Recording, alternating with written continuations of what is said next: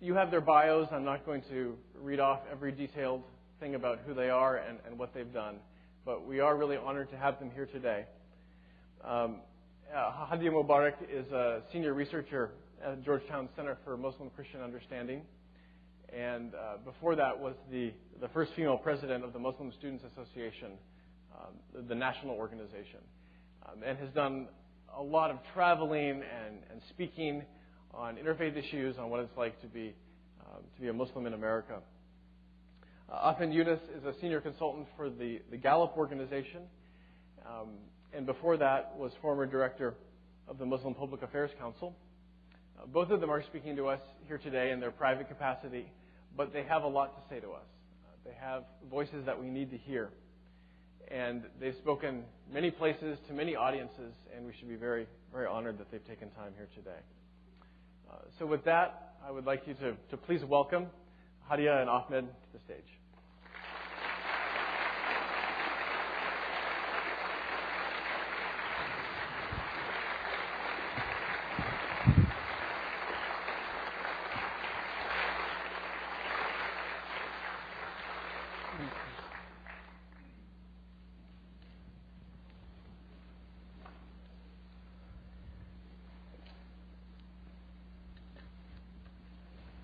Thank you for being with us. Thanks for having us. Thank you for your excellent talk. It was very impressive. I want to dive right into the first of our questions here, which is really asking about childhood and about where you begin to understand and think about issues of religion and global affairs, and the context out of which that emerged in your childhood and how it shaped how you think about these issues today. So we're going to start with Hadia for a few minutes and then... Okay. Well, thanks for inviting me, and it's really an honor for me to be here. And good morning to all of you. Can't really see your faces. It's a bit blurry from up here, but I know you've all made a sacrifice to be here, and it really means a lot to me as a Muslim American to see that people of other faiths are actually interested in hearing the Islamic point of view.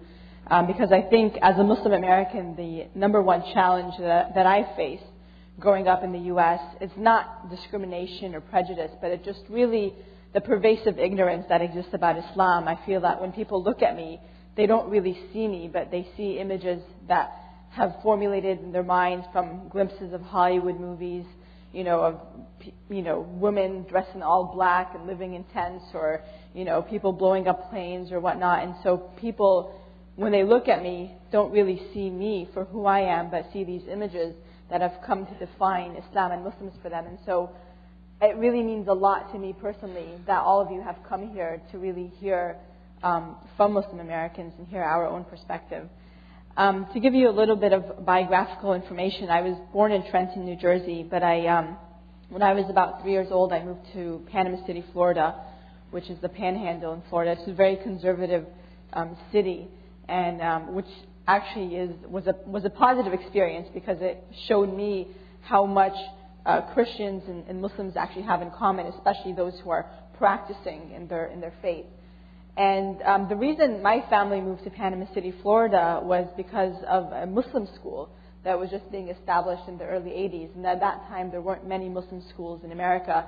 It was very important for my parents that my siblings and I learned Islam, learned what it meant to be a Muslim, because they were so afraid that if we were in a completely, if we were in a society, in school, where we did not know anyone else who shared our faith, that we would just not know, we'd completely lose that religious identity. And so it was very important for my parents to preserve that for us. And so growing up in I went to a Muslim school for 8 years, and then I went to a public high school. But I think that experience was really important in shaping my identity, because from the onset, and my parents are very spiritual people, especially my mother. So from the onset, God was very central to my life. My belief in God, my unwavering conviction in the reality of the hereafter, of my ultimate meeting with God, is I think, the driving force of my everyday existence. One of the verses in the Quran that is really profound to me is this verse in chapter 23, verse 115, where God says, and in Arabic, it's أَفَحَسِبْتُمْ أَنَّمَا خَلَقْنَاكُمْ عَبَثًا وَأَنَّكُمْ إِلَيْنَا لَا تُرْجَعُونَ. Did you really think that we created you in vain and that you would not return to us? And for me, this was always a profound verse when I would hear it. Did you really think that we created you in vain? God is asking us rhetorically, and that you would not return to us. Because I think the concept of a return to God is really critical, because it implies consequence, and it implies human accountability. And for me, the essence of my religion is about moral accountability. It's about recognizing that God is going to hold me accountable for the way I've lived my life, for whether is going to hold me accountable in terms of how I treat others, in terms of, whether or not I paid attention to the person on the corner of, DuPont Circle or whatnot, who's asking me for money or asking me for food. That every action of my life will actually be measured in a scale on the Day of Judgment. This is according to Muslim theology, that according to Islamic theology, both faith and works are both critical in determining our fate, our eternal fate, that is. And so, for me, I guess as a believer in God, its implication in terms of how I view world affairs and how I view life is, again, coming down to moral accountability and the realization that, I live my life for God. So regardless of whether or not it's a popular thing to do, that I do it because I believe God wants me to live this way. So, for example, one of the stereotypes and challenges I have to overcome regularly is that associated with wearing a headscarf. And obviously, I wore a headscarf when I was 12. I started wearing it when I was 12, and I was the only girl in my entire public high school with 2,200 students wearing a headscarf. And I ran track and I played soccer, and of course the question was, aren't you hot with that? Or why do you wear that? But and I'm sure, as for all of you, you may be able to relate somewhat in terms of your belief in God, that the priority for you is not what others think of you, but what God thinks of you. And I think this definitely plays a large role in my behavior and the way I live, and just the sacrifice. And I think the other aspect is, I think it forces us, when you live your life for God, it forces you to be morally and ethically consistent in public and private.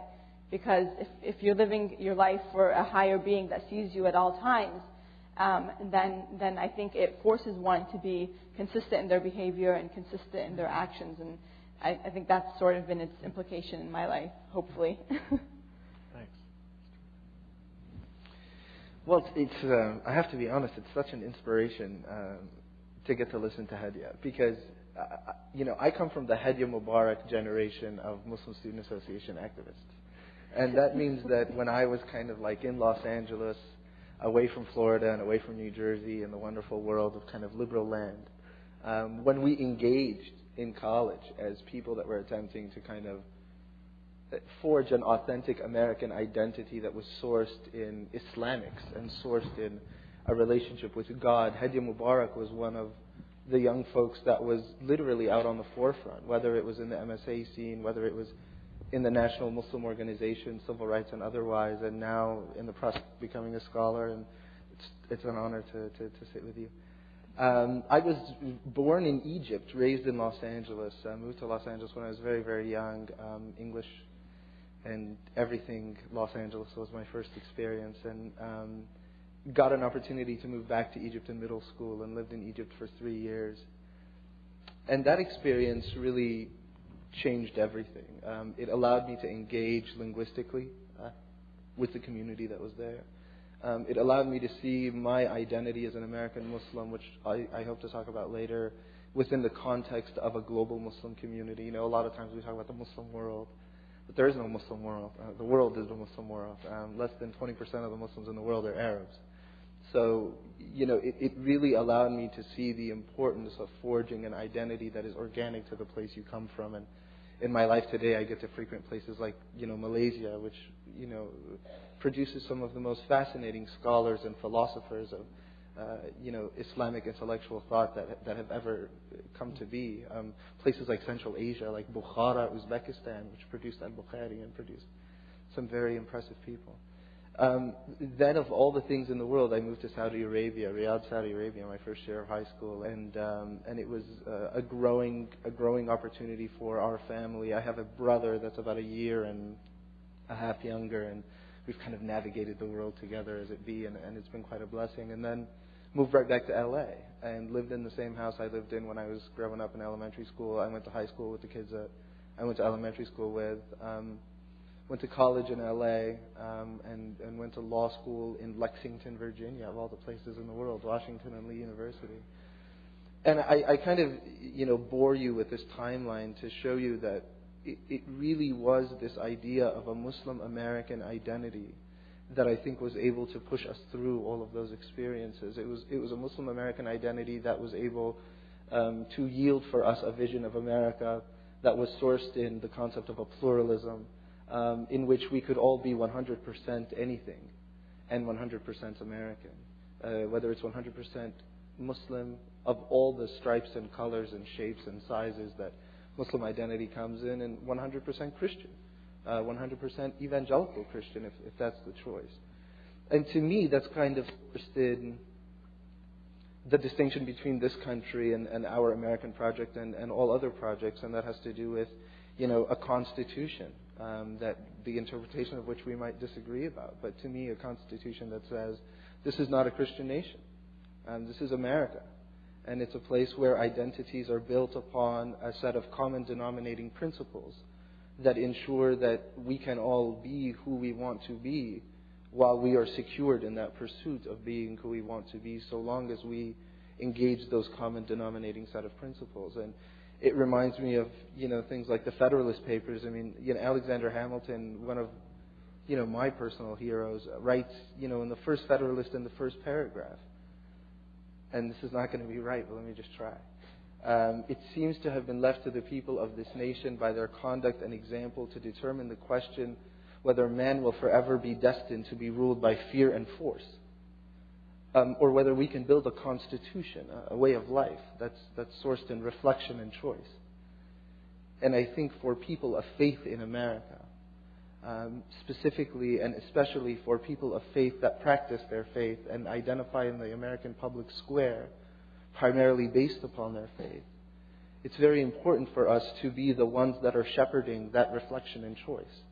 Whether it's how we conduct our foreign policy, how we put together domestic legislation that ensures that the poor are taken care of, that ensures that the disenfranchised are enfranchised, that ensures that we're engaging with other nations in a way that shows dignity, shows a reciprocity to what we believe freedoms should be and how they should be enjoyed by all. So, like Delia, I think we all in this room might be very, very surprised to see the similarities between our individual pursuits to where we are today, and where we are is in a bunch of different places, but there's clearly one thing that we all have in common, and that's this insistence on engaging the public square in the way that we most feel is appropriate. And that keeps happening because I'm fasting and I'm not going to drink a sip of water. So if you're sitting here thinking this guy's really weird, what's going on with him? It's just because it's a little hard to swallow. So for me, it's about that identity, and it's about carving a space in the American pie that allows that identity to flourish. Well said. And I have an exemption for fasting, just so you know. There are different... Sorry. But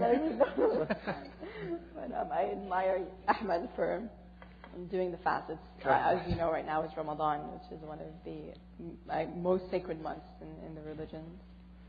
And being here amplifies the sacredness. I mean, we are the people of God, and as we pursue a relationship with the Almighty that's of course not based on being equals, we pursue it as the creation of the Lord, and we've been created different for a reason.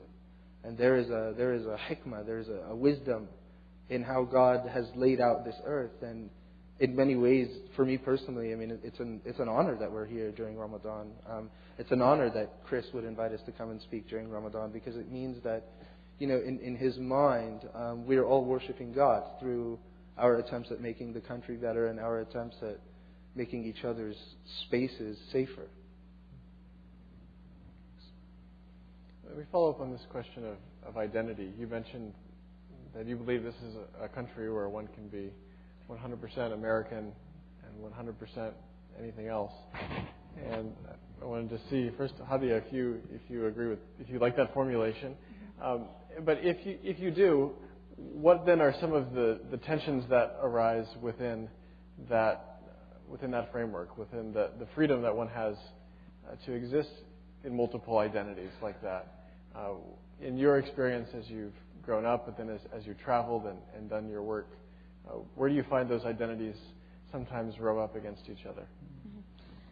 I completely concur with Ahmed. I mean, there's absolutely no conflict in being faithful to your country and being faithful to your faith, to your religion, to God, and having multiple identities. I mean, for me personally, my parents come from Jordan and Syria, so I'm an Arab American. I can't, completely divorce myself of that part of my identity. I mean, just in terms of my complexion, in terms of the way I physically appear, it's clear that my ancestry is not from Europe, for example. So, and I think that's actually one of the things that makes America, the great country that it is that you do have this conglomeration of different identities coming together, and as Ahmed said, being able to respect each other and live in harmony and to be able to recognize our common values, our common principles, and live for that. I think the problem and the challenge for American Muslims is that the concept of an American Muslim identity has not yet crystallized in the public consciousness, in the American public consciousness, that is. When people look at me, they often don't know what to make of me. The question that I often receive, people are friendly and sometimes people want to chit-chat, and I respect that, but the question that I always receive then is, well, where are you from? Where are you from? And I tell them I'm from Florida. But no, where are you originally from? That's what they want to get at. Where are you originally from? So, I tell them my parents are from Jordan, Syria, but they're always shocked to learn that I was born in the U.S. and that I grew up in the U.S. And then the following question, and inevitably, is always, well, then why are you still dressed this way? And so the challenge that I always have to overcome is that to be able to demonstrate that my faith, because to explain that the reason I dress this way is not for a culture that dictates my life miles abroad, or not for some, well, I'm married now, but I used to say, some imaginary husband out there, or, for my father, I have a very sort of independent, almost rebellious kind of personality. I wouldn't do this for anyone if I did not believe in it, but as a believer in God, God transcends all geographic boundaries. God is not confined to geography or to ethnicity or whatnot. If you believe in God, God is universal, and so therefore I'm going to worship God the same wherever I am, and that does not conflict with, with being fully American, with having embraced American cultural values, with being loyal and patriotic to my country. And I think the question after 9/11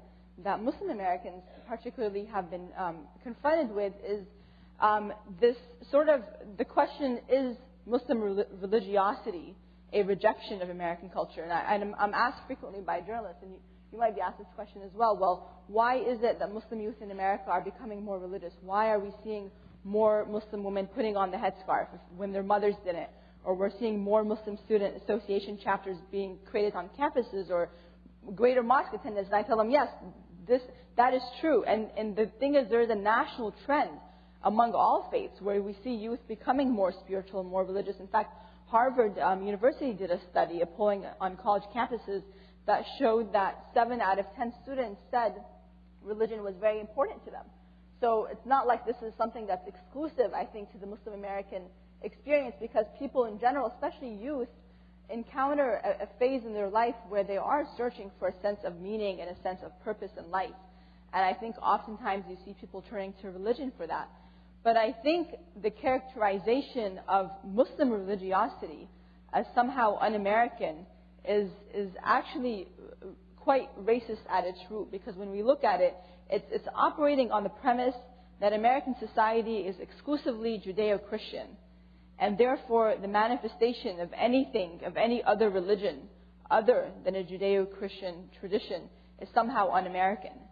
And I think from our dietary restrictions to our way of dress, which actually resembles those of certain Christian denominations and Orthodox Judaism. But yeah, Muslim Americans, because, especially religious, I won't say practicing Muslim Americans, when they adhere to these practices are seen as somehow rejecting American culture. And one time I had this, actually it was a journalist from Newsweek, who you guys remember the big spread they had on American Muslims, and she asked me this question, well, do you think young Muslims are rejecting American culture? They're making a statement. They're putting on the headscarf to make a statement to say, we don't accept the system as it is. And I asked her, you know what? I grew up in a very conservative community of Southern Baptists. And I said, and my friends went to Bible study on Wednesday and on Sunday. They were always in church. And would you ever ask them if they were going to Bible study because they're somehow rejecting the system or rejecting, American culture? And she admitted, no, she would never ask as a Southern Baptist girl that question. But yeah, a Muslim American for putting on the headscarf would be asked that question. So I think this is a challenge we have to overcome. And I think sometimes it makes us feel a sense of displacement. Where on a demographic map of this country do we really belong? Do we fit? Because when I visit my parents' countries, which I have, I visited Syria for 3 days, and I visited Jordan often, I don't feel that I belong. I look like, it's the first time that I feel like I look like everyone around me, that I don't look different. But once I speak and every, I don't belong there. It's not home to me. America is the only place that really is home. But at the same time, so there's this struggle of where do you belong, of the sense of displacement. And I think we felt that especially after 9/11 with the backlash that occurred towards the Muslim American community. Obviously, we heard of reports of vandalism towards mosques, of physical assault, verbal assault. I myself experienced certain acts of discrimination immediately after 9/11. I was one time walking on the beach in Panama City and told to go back home, and and I'm like, well, that would be Trenton. But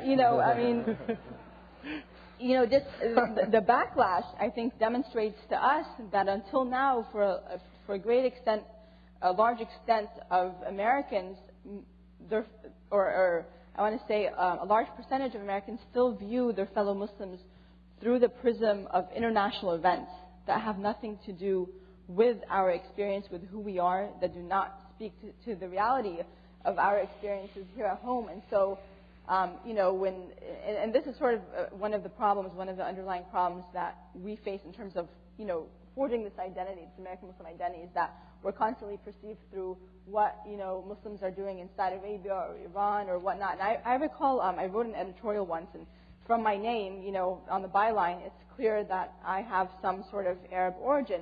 And I was so surprised from the emails I received, and they were all saying, and I was talking about U.S. foreign policy towards the Middle East. At that time, there was a Lebanon war, the Israeli-Lebanon war in 2006, in the summer, if you recall. And so my article had nothing to do with Islam. It had nothing to do with where I was originally from or anything. But all the responses were, not all of them, but a great number of responses were telling me, well, go fix your own house before you tell us what to do in America. And it was such a shock, and they listed all the problems in Iran, they listed all the problems in Saudi Arabia, and clearly there are injustices and abuses and autocracy and authoritarianism and oppression throughout the Muslim world. I would be the first to acknowledge that. But yet to say that it's somehow my responsibility as a Muslim American to solve the problems of the Muslim world before I can suggest what we should do as Americans is just completely beyond me. And I think it goes to show that, this idea that as a Muslim, people see me not as American, but as belonging to another Muslim country, which I have no affiliation to. So it's just my personal experience. Well, I concur 100%. I'm sitting here and I saw that under Hadia's name it says first female president of Muslim Students Association, and under my name it says Gallup Center for Muslim Studies, and I thought to myself, well, there goes my job. So I'm not here for Gallup, I'm here for Ahmed, and Hadia has far transcended that stage when she was doing it. But when I do look at that title, Muslim Student Association, I think, Yeah, that's exactly the conversation. I mean, that's the conversation that we've been having since 9/11. And in many ways, we were having that conversation before. I mean, before 9/11, the big movement was, let's get America talking about Muslims. Let's just try to get our country to talk about this component of it. After 9/11, the issue became, let's get America to talk about the right things. So Hadia and I have been on TV way too many times for America's good and for our own good. But in every one of those conversations, everything descends into the labeling and the language that's used to discuss these things. And I know there was a conversation between Secretary Albright and Dr. Seipel last night about, terms like Islamofascism, terms like were used by the New York Police Department in their recent report of the radicalization of Muslim youth, jihadization. It seems to me that one continues to insist here in the West on yielding the legitimacy of Islam and really yielding the only thing that legitimizes one's claims to those that are the most overtly against us. And we have this insistence, whether it's because of our lack of understanding of the theology and philosophy behind Islam, or whether it's our kind of political identities that are depriving us of a full scope, a full scene of what really exists, we consistently shoot ourselves in the foot and moving up our bodies, and I think we're very close to the head, of amplifying the Islamic identity of those that are engaging in criminal activity, and delegitimizing, modernizing, diluting, watering down the very authentic Muslim identities of the vast majority of folks who, unfortunately, because the discourse is controlled by extremists, are called moderates, but in fact they should be called Muslims. And so one has overcome the depression that comes with that reality, I think. One has overcome this kind of banging one's head against the wall, trying to reframe, trying to reshape a conversation. And it really seems that the only way it will happen is organically. The only way it will happen is for the third generation away from Hadi Mubarak's leadership of the MSA to engage the same conversations from an American perspective, as Americans engaging the debate. And I think one of the unique things that the evangelical community offers us is an understanding of what it means to be misrepresented in the public square, an understanding of what it means to be represented by folks we don't feel represent us, represent our way of evangelizing the faith, represent our way of engaging our faith-based identities in a secular but very, very religious society. And number two, and I think Chris's experiences in the region. Sorry, man, I have no idea where you are in the room, so I'll just kind of do one of these, and that'll be you. His experiences in the region. Josh just gave an excellent lecture that shows that this is a man that understands the nuances, and these are folks that have a compass that's sourced in their relationship with God, but are not viewing socioeconomic realities within the lens of religion and religiosity, are not insisting on using words in another language because all of a sudden they have been created as words of art. I went to law school. When I talk to a law professor about battery, he's very clear on what I'm talking about. If I decide to change the definition of battery, that law professor is going to throw me out of his class very quickly. Very similarly, when we change the definition of jihad, when we change the definition of Islam, when we change the definition of people of the book, when we engage in this kind of mix and match, potpourri, open buffet, linguistic discourse, we really bring ourselves to a low that I think is unprecedented. Yes, there were crusades, and yes, it has been bad. But what we see today is kind of a paradigmatic struggle in which Muslims are attempting to regain the integrity and legitimacy of their standing as Muslims, not of Islam. Islam's integrity will be maintained regardless of whether we are here or not. But attempting to, really fight hard to maintain the integrity of their Muslim identities as authentic components of the global Muslim community, the Muslim Ummah. And they, for the most part, are not being supported, are not being aided. by those of us in the West who are Muslims and non-Muslims, so that they can have that leverage, they can have that competitive advantage to win hearts and minds that need to be won. We could just do a short aside. You mentioned last night there was some conversation about this terminology, and if both of you could just for a minute deconstruct for us a little bit, when Americans in the public square of any faith say jihadi, what does the American Muslim community hear? When Americans in the public square say extremist or Islamofascist, what does the American Muslim community hear? What do you hear? Just if you have a few words about how that sounds or what that means or how that comes across.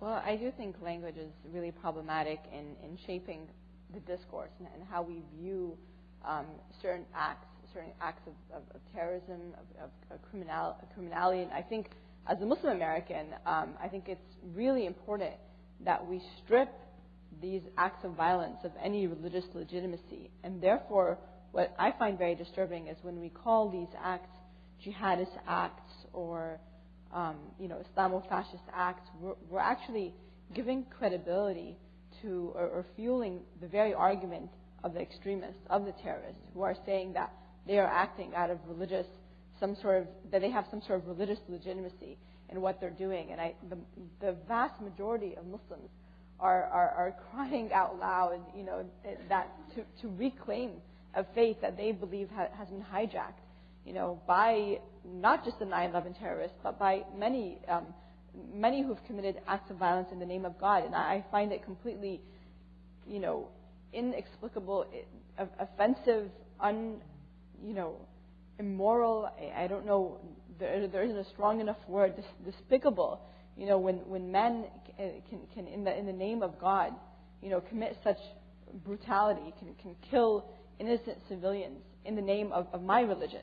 That I think was the hardest thing for me after 9/11, was coming to terms with the fact that people who allegedly shared my faith could use my religion to commit. And I know without doubt what my religion stands for. My religion has been my source of peace and refuge in the world. My religion is what compels me to be a moral and upright person, and I see my religion as a driving force for good in the world, for morality in the world. And so when it's turned around and used in that way, and what I've seen has been very effective. I've done a few, I've done one State Department, outreach trip to the Muslim world. They sometimes send Muslim Americans to certain parts of the Muslim world to show Muslims in other parts of the world that actually there are Muslims in America, Muslim Americans exist, and to relate to them our experiences. And I went to Uganda, so with the State Department, with the U.S. Embassy there, and it was extremely fascinating, the discussions we had. This was just earlier this year, actually. And just to, we obviously confronted a certain, I guess you can say extremist element or strain among some of the youth. And it wasn't violent. I think you have to make a distinction between violent and extremist. But, when I mean extremist, it's sort of this level of beginning to justify things that I think are completely unjustifiable, of turning one's anger and despair and resentment into a propensity for violence, but it's not yet at that level. And so we engaged with youth who were clearly saying things that were extremely disturbing to both my husband and I who were on this trip. And we had to go back to, during our discussion, we would go back to Islam itself, because they, again, in Uganda, some of the Muslim youth we were speaking to had a very skewed idea of Al-Qaeda, of Bin Laden, of what he represented. And we had to go back and speak to them about the faith. Well, what does Islam say? You're saying Prophet Muhammad is your example, is your role model. Well, how did he act? Did he ever justify violence against innocent individuals? Does the Quran, and we had to go back to tradition after tradition, verse after verse. And we were meeting some of these youth in various meetings over and over again, and we really saw a change in the way they were viewing, these international events, these discussions, these acts of terrorism. And it was really a profound experience that I don't know if I can really give it justice right now just in this conversation in terms of what that experience, what that dialogue was like. But what it proved to me is that the strongest weapon we have in countering extremism within the Muslim world, within Islam, is Islam itself, is religion itself. That is really the strongest weapon we have, because people, Muslims across the world, are for the most part faithful to their religion, and I think what we have to do is reclaim that religious discourse and reclaim what Islam actually stands for and reclaim the authentic teachings of Islam. And so it's really important for Muslim Americans to really have a good grasp of authentic Islamic teachings, of Islamic scholarship, and to be able to engage that discourse and completely, shatter the fallacy of what bin Laden is making jihad seem to be today. This is not jihad, this is terrorism, this is suicide, this is something God will completely punish. That people who commit in this way are the people who God describes as being in the hellfire on the day of judgment. These are and we have to reframe the discourse, but we have, I think, there's no question about it. When you engage the Islamic tradition, when you engage the religious discourse, it's clear that the debate is on our side. It's clear who would win that argument.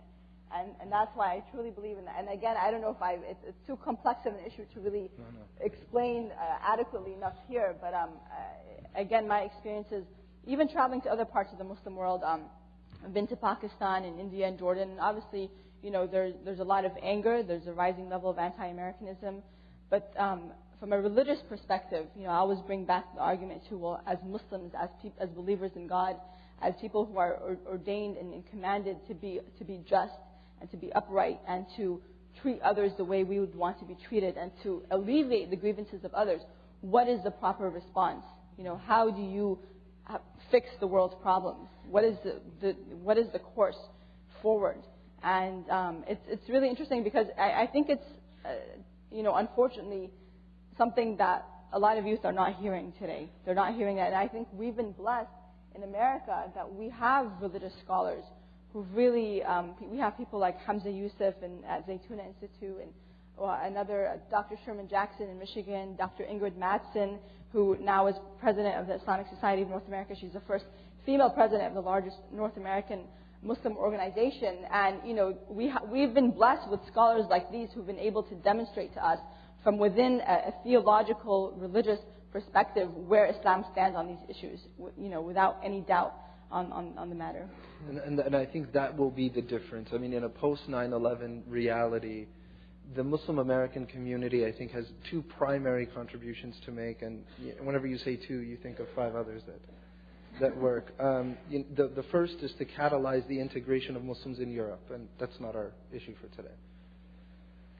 And number two, to really lead the intra-Muslim discourse on reform. Not reformation, reform. Reform within the classic,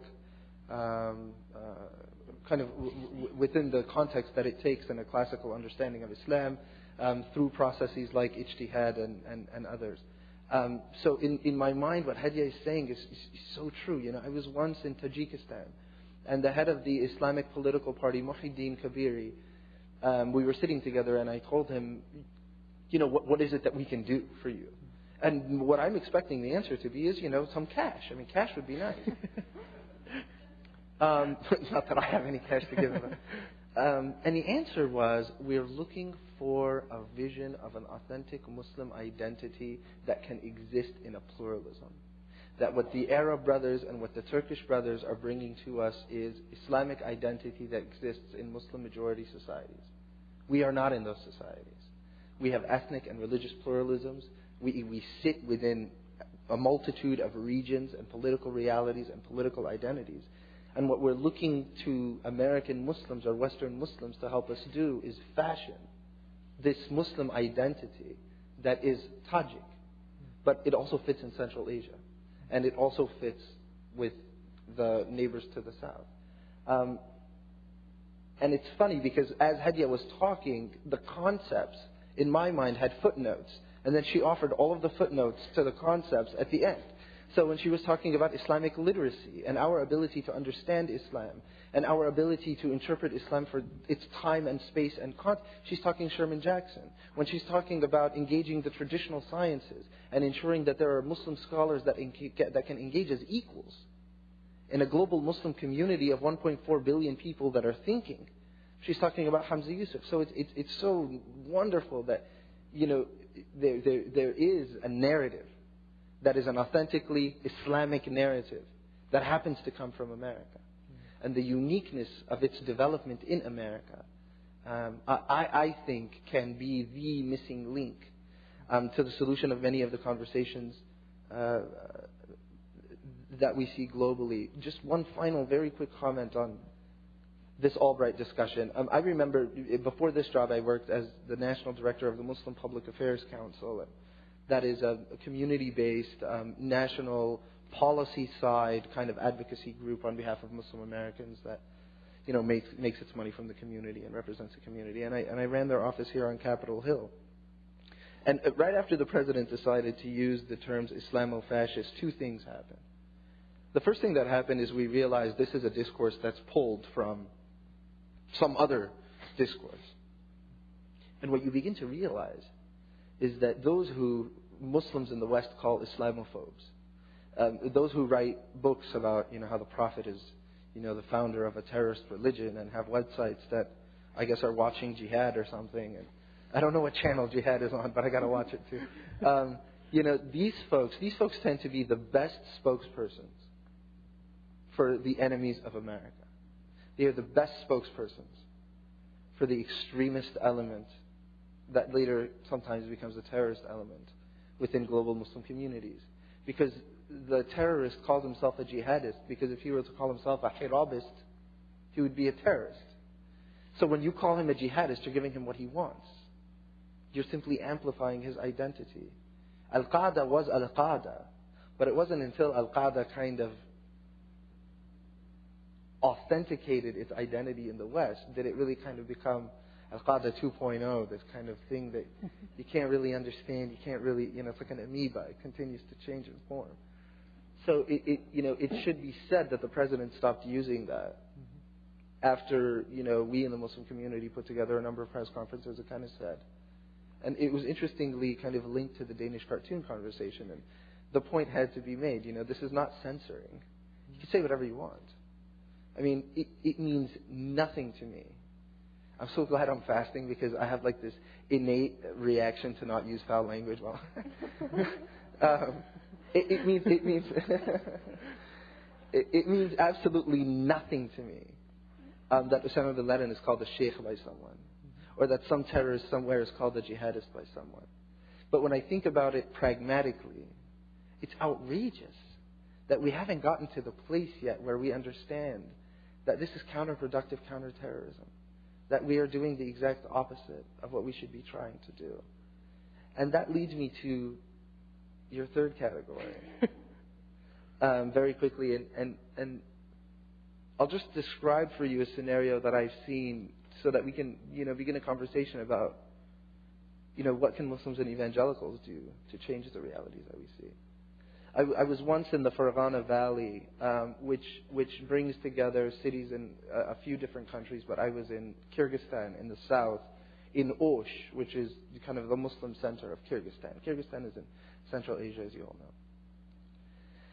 And I saw two very interesting phenomena that kind of mixed with each other. As I think Josh mentioned earlier, one of the major movements in Central Asia right now is Hizb ut-Tahrir, and Hizb ut-Tahrir is an institution or a grouping of folks that are attempting to build a khilafah, attempting to build, a caliphate of some sort, even though as soon as one uses the English word, there's all bunch of connotations that come with it. And actually growing up in Southern California, in Los Angeles, at Cal Poly Pomona, I remember when I was in college, there was a Hizb ut-Tahrir element, and they called themselves the California Movement. I swear to God, I didn't make that up. Because they're trying to build a khilafah in California,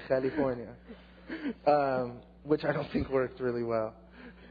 But in Central Asia, the name of the game is they bring dollars to families. And they say, you need money. The government is not helping you.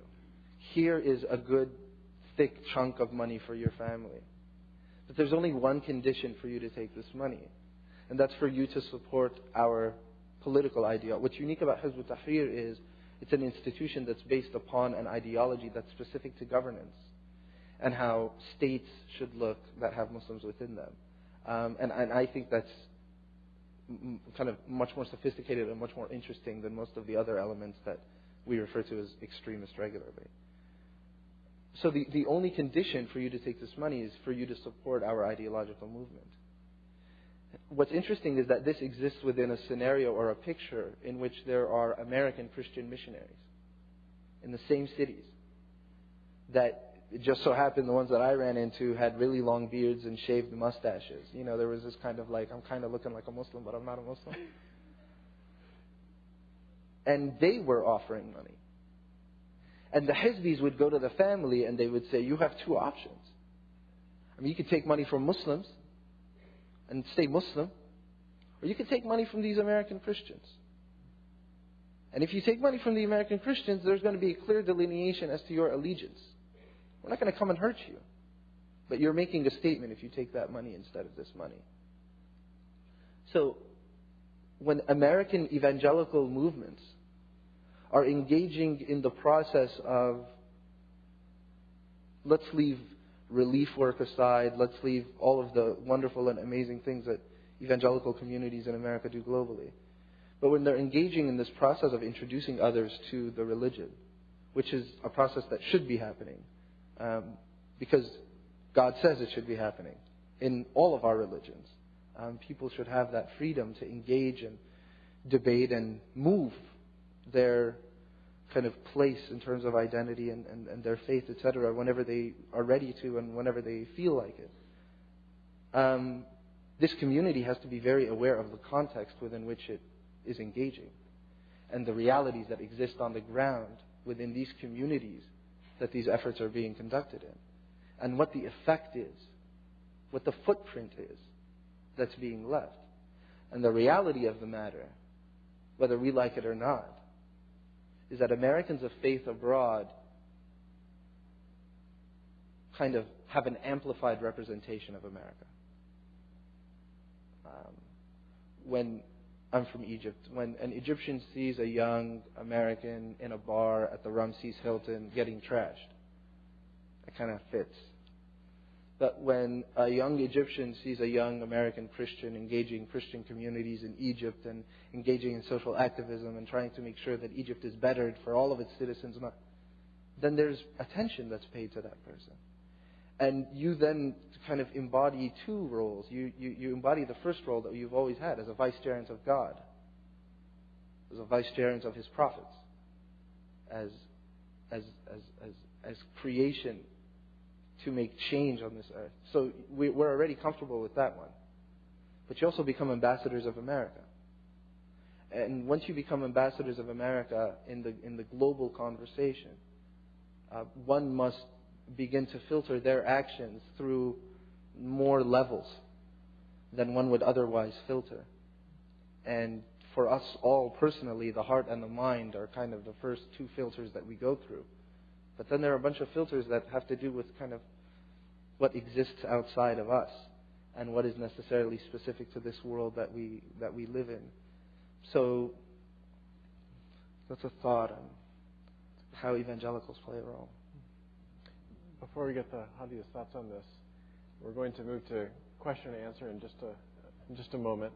And so there will be a microphone down front, and you can begin thinking of questions, begin queuing, or lining up, I guess, as we say, usually in this country, down front.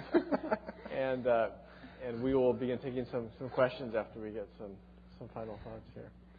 And I'm interested in your thought using Ahmed's language of ambassadors of America.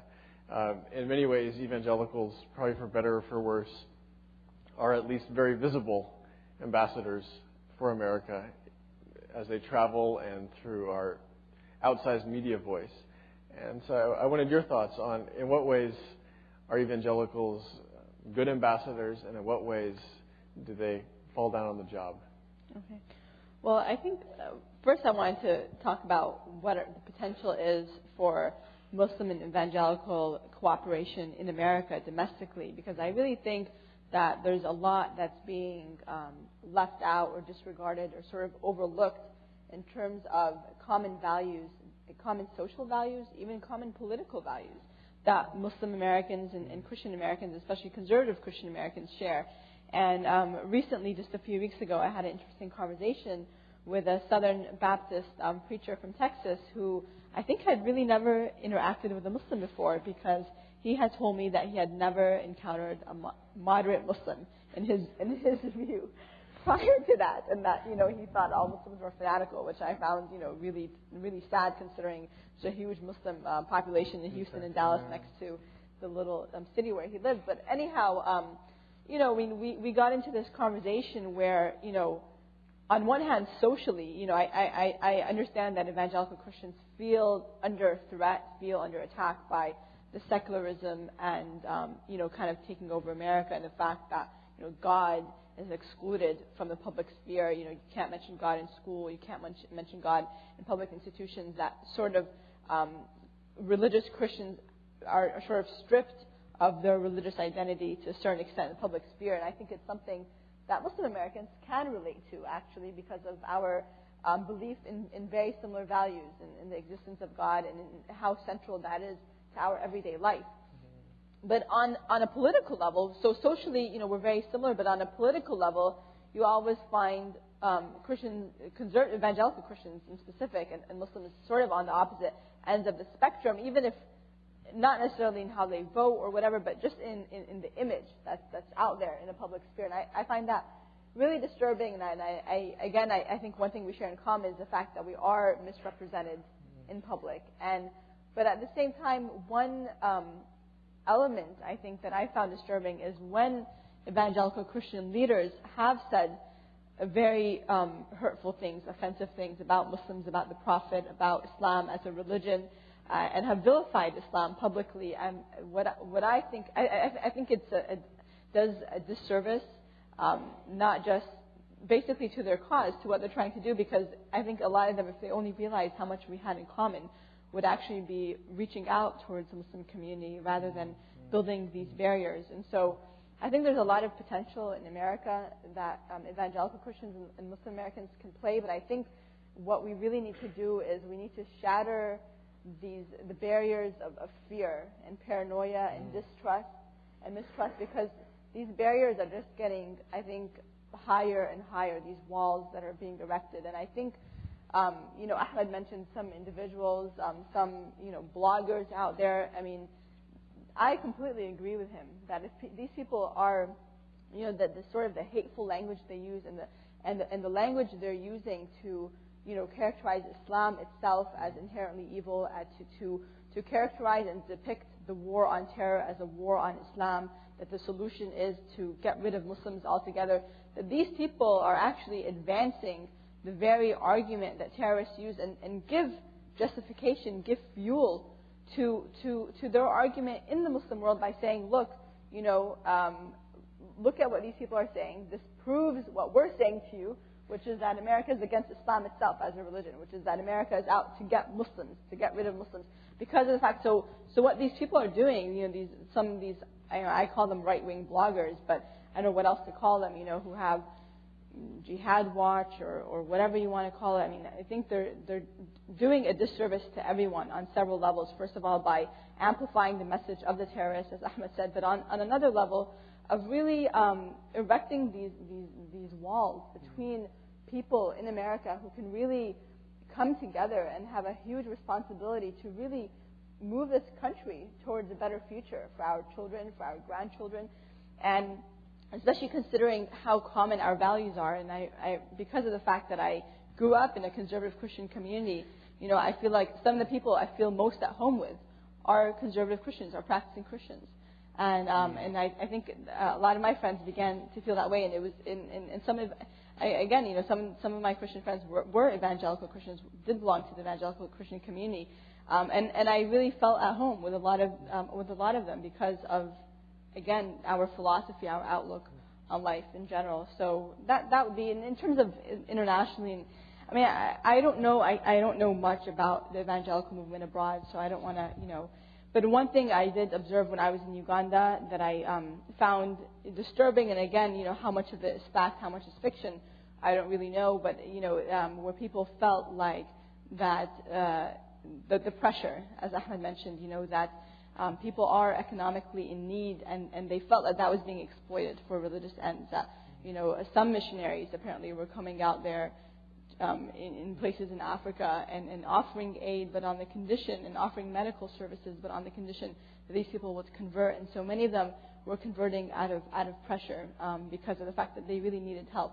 So I think things like that I find problematic, but I don't know enough to say more. So. I remember Jerry Falwell, God rest his soul, and may God forgive him for his sins, was somebody that unfortunately I had a lot of interaction with. And I remember one time there was some sort of international thing. It was the war in Lebanon, the war between Israel and Lebanon. And he was in the territories, and I was here, and we were both on television. And I mean, the guy's whole perspective was, we need to help our people against the demonic forces that are attempting to obliterate our people. And there was this insistence on carving space between this Judeo-Christian experience and this demonic experience that apparently comes from an origin that has nothing to do with this Judeo-Christian experience. And I would like the first, I've already said one aggressive thing, so let me say my second aggressive thing. We need to disabuse ourselves of that paradigm. And we need to engage an Abrahamic paradigm that's sourced in our relationships with God. It doesn't mean that there isn't a Judeo-Christian tradition. It doesn't mean that there isn't a uniqueness to the connections between Judaism and Christianity.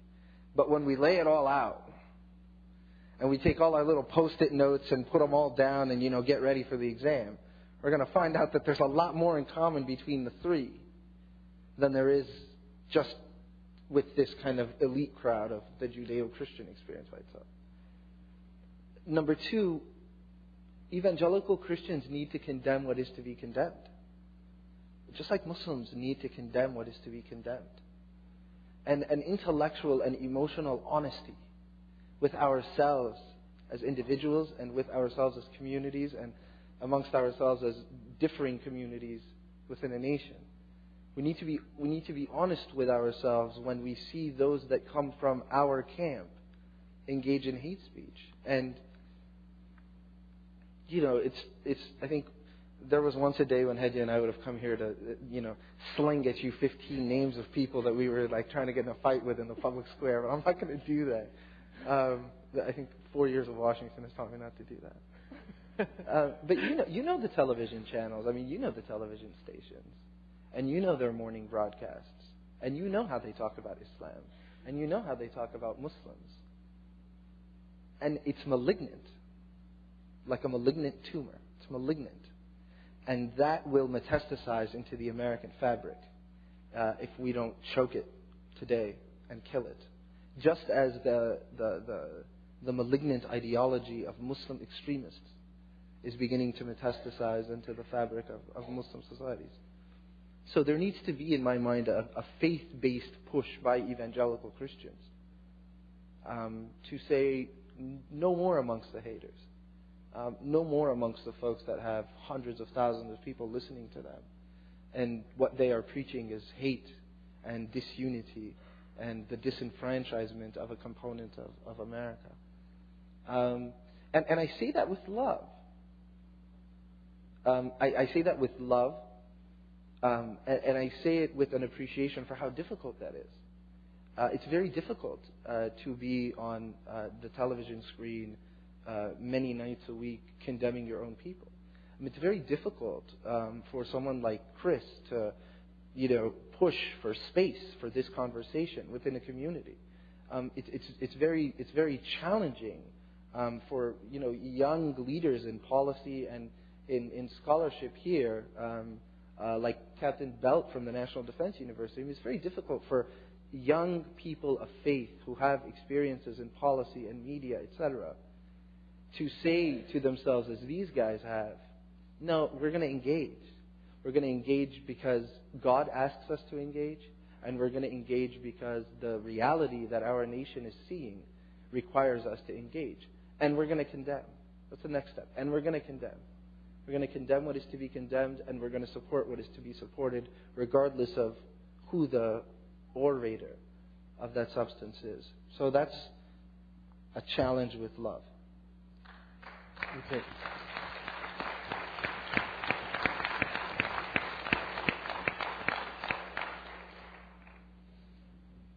Thanks for giving it to us.